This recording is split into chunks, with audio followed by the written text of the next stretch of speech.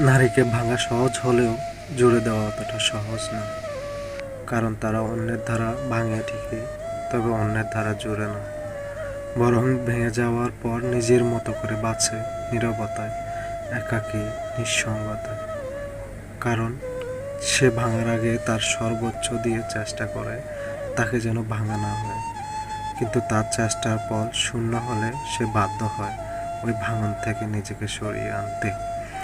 অভিমান করতে করতে মেয়েরা একদিন বুঝে যায় তার আবেগ অনুভূতির কোনো মূল্যই নেই সে মানুষটার কাছে। ধীরে ধীরে নিজেকে গুটিয়ে নেয় তখন। তারপর একদিন অভিমান করাই ছেড়ে দেয়, নরম মনটাকে একটা কঠিন মোড়কে মুড়ে নেয়। তারপর তাকে কে ভালোবাসলো, কে ভাসলো না, কে পাত্তা দিল, কে পাত্তা দিল না, তাতে আর কিছুই যায় আসে না। তারপর একদিন সব সয়ে যায়, চলে যাওয়া, উপেক্ষা, আঘাত, অবহেলা, দুঃখ, প্রত্যাশা, তাচ্ছিল্য সব সয়ে যায়। নারী ধীরে ধীরে সব মানিয়ে নেয়।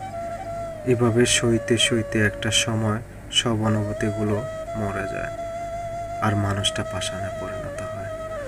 ভালো খারাপ, দিন রাত সব একই লাগে, আবেগের আনাগোনা বন্ধ হয়। শুধু পড়ে থাকে চলাফেরা করা মানুষের মুখের আদলে একটা পাথর।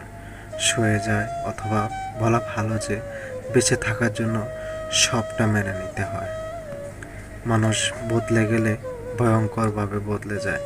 মাটি একবার পুড়ে গেলে তার কোমলতা হারিয়ে সে তখন শক্ত পাথরে পরিণত হয়ে যায়। চাইলেও তাকে আর নরম মাটিতে ফেরানো যায় না।